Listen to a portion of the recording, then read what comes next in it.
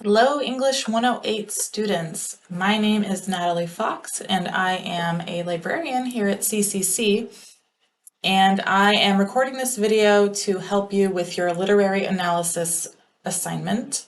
And my hope is that by watching this video you will actually save a bunch of time because I'm going to show you just what to do, and it'll hopefully make your life a lot easier finding the sources that you need for your assignment. So let's jump right into it. So first of all, I'm looking at your assignment here, and I see that you need two credible, authoritative sources that are in sort of a literary analysis vein regarding something that you have read in class. There are some great topic ideas, although you don't have to choose one of these topics. And I'm going to use this topic here as my example topic for this video. And so we will come back to this assignment in just a few minutes. Before I dive into your assignment, let's just talk a little bit about the CCC library. So first, here is the CCC homepage. You've probably seen this before, it's familiar to you. I'm going to click Current Students and then click Library. I think that's the easiest way to get to the library website. So this is the library website, our homepage. There is a lot of stuff here on the library homepage. I won't click on all of the things on this page. I just want to point out a couple that I think will be useful to you. So first of all, we have this Chat with a Librarian box here. This is really useful. It's available 24/7, and so even when you can't come to the library in person, or if you try to call us and we're closed, you can still get help from a librarian. If it's the middle of the night, the librarian that you speak with will not be me, because I'll be asleep, but you will be speaking with a librarian somewhere in the world who is awake. Probably they will be in the UK or in Australia, and they will be able to help you. And so you just type in your question. You can ask questions like, how do I cite this source in MLA style? How can I tell if a source is scholarly or credible or peer-reviewed? What does peer-reviewed mean? I have to do research and I don't know where to start or what to do. Please help. Those are all questions that you can ask in the 24/7 chat. So just remember that that is there for you to use. Another thing that I want to show you is here under Research Tools, you can choose Course and Subject Guides. Click that button, and then click Course Guide and scroll down until you see English 108. That's your class. Click that, and ta-da, this is a guide that was made specifically for your class for this assignment. And so there's pages for each part of your assignment, kind of walking you through how to find sources, how to figure out your topic and keywords, how to cite your sources, and all of that stuff. So there's lots of help available to you in addition to this video. So let's go back to your assignment and let's talk a little bit about keywords. So keywords are the simple words that get at the most meaningful concepts from your topic. So a great place to start that I usually recommend to students is to look at the assignment itself, because often there are keywords embedded in that assignment that you can just pull out right away. So like I said, we're going to look at this bullet point and one of the topic ideas suggested by your instructor. So here we have the frame story of 1001 Nights. We have the character Scheherazade and talking about how she is saving the life of a young woman every night that she successfully tells a tale. And so there's some keywords that I can already pull out of this topic. So obviously 1001 Nights, that's an important part of this topic. That's going to be a keyword for me. That's the title of the story. The concept of a frame story can be a keyword that I can search with. The character of Scheherazade can be a keyword. And even maybe the word woman the idea of a woman, or I could try the word female or female character. Maybe the concept of feminism might come into it. So we can try all of those, and I will show you how we do that in a search in just a few minutes. We can also look at, here we have ideas for sources. And so things like critical theory or just theory, or historical context, sociological context, criticism, analysis, words like that are also potential keywords that you can plug into your search to help you find some sources that you can cite. And the whole reason that we're citing sources is to bolster your argument and bolster your point of view for your paper, and we'll talk more about that later on as well. So back to the course guide and the library website. We can go to this page here and find a few databases and resources that are recommended for this. We have a lot of options at the library, a lot of databases. Try not to be overwhelmed. You don't need to use all of them. I would recommend for this assignment starting with Literature Resource Center and JSTOR. And there's a good chance that you will find what you need in either one or both of these resources. You may not even need to look anywhere else. Okay, so let's try searching in Literature Resource Center. I'm going to open that in a new tab. And so we can start with a very simple search of just the title of the topic of the story that we're interested in, which is 1001 Nights. Oops. And you can see it's giving me suggestions here, but I'm going to ignore those for now and just go with what I've typed in and click search. And we've got almost 5,000 results, which is a lot. And you'll notice we've got them broken down into different categories here.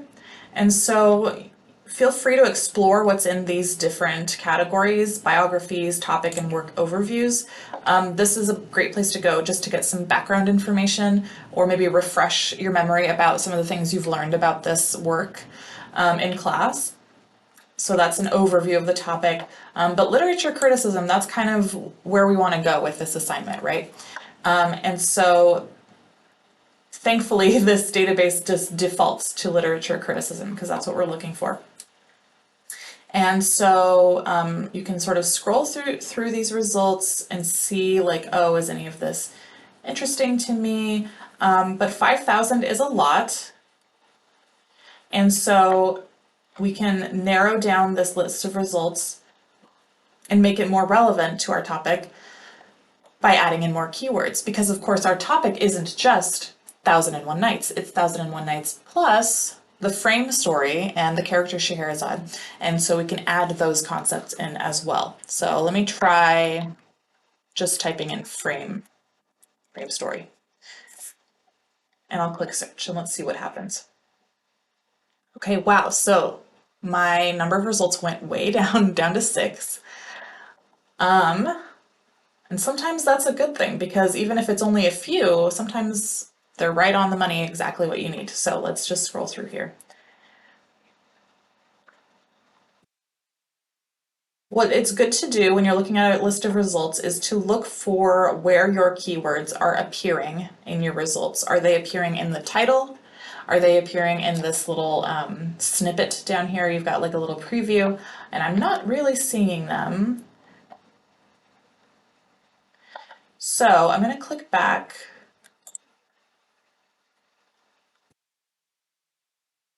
And what you can also do as you're scrolling through your results is look for other keywords that you could potentially add into your search, or ways that you can change your search. So I'm also seeing 1001 Nights written out as numerals instead of spelled out in words. I'm also seeing Arabian Nights. And so those are alternatives that we can try.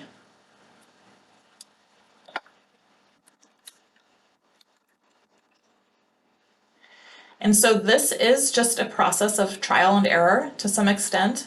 And so I encourage you to just try different keywords and different combinations.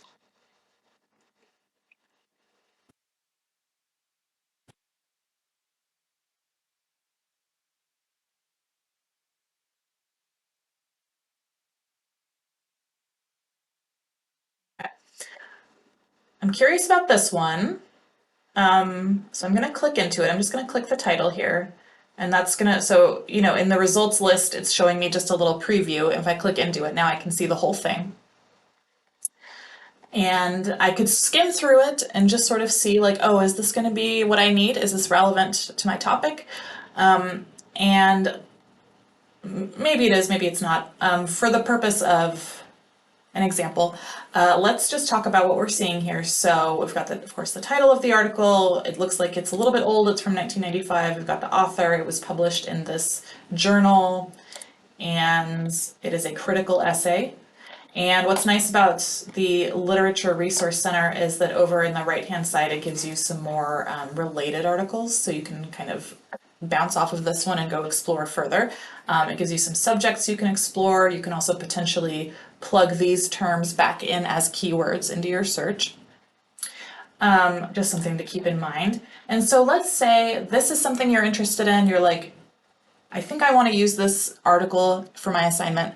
Even if you're not sure, go ahead and save that article in some way. And there's different ways you can do that, but the point is to save it so that you don't have to try and find it again.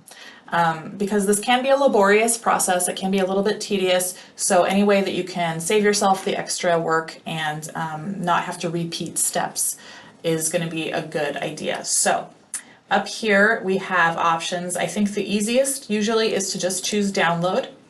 And you can download that straight to the device, whatever device you're searching on. You can also send it to yourself, and so you click send to, you've got some options here. You can email it to yourself, and you can send it as a PDF. Google Drive, OneDrive, there's options there. You can also choose get link, and so this pops open what is known as a permalink or a stable URL, and so you can copy that and paste it somewhere where you will find it later. And you would want to do that instead of using the one up here. This one is not permanent. It will break if you try to use it later. It won't work.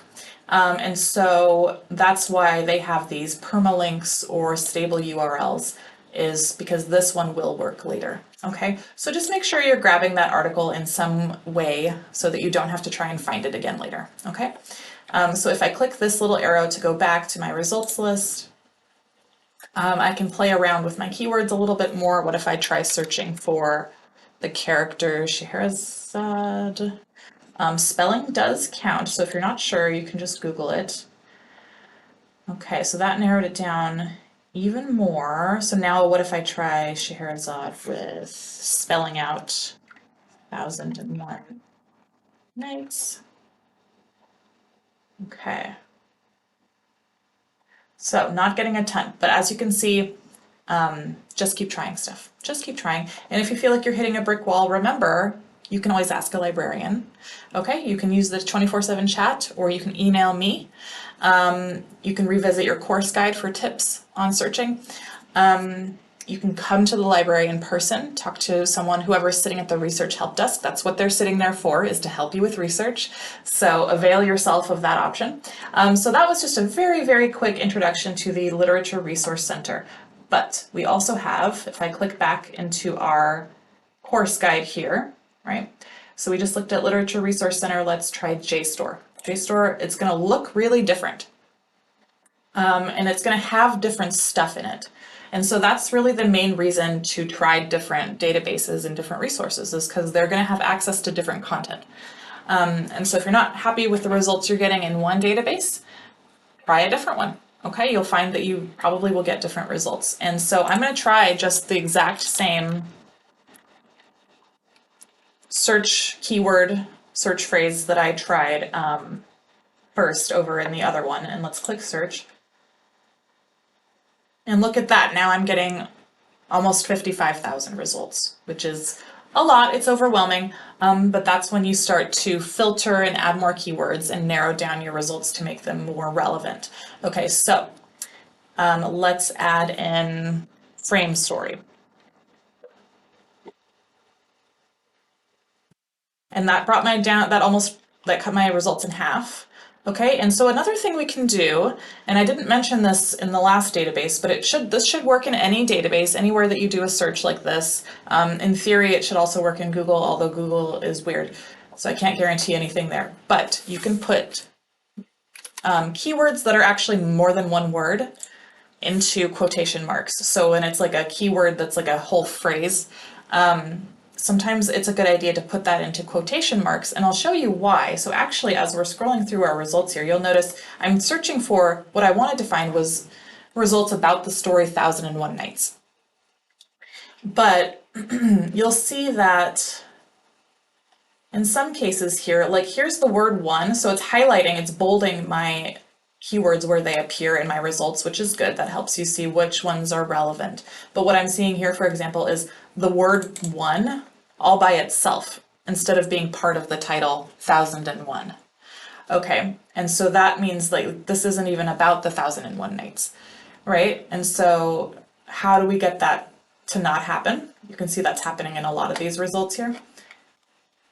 We're going to use these quotation marks. Okay, so anytime, and I can do that for frame story as well. Anytime that your keyword is actually more than one word, you can put that into quotation marks. And let me do another search. Wow, okay, so down to 15. So that is a huge, huge drop. But those 15 results might be, again, they might be exactly what I'm looking for. So looks like there's a few things here that we could work with. I'm going to click into this first one. This is interesting. Female role model in the frame story of 1001 Nights. Could be interesting for my topic. So I'm going to click into that preview, click the title, and it's going to show me the whole article now, along with some other information.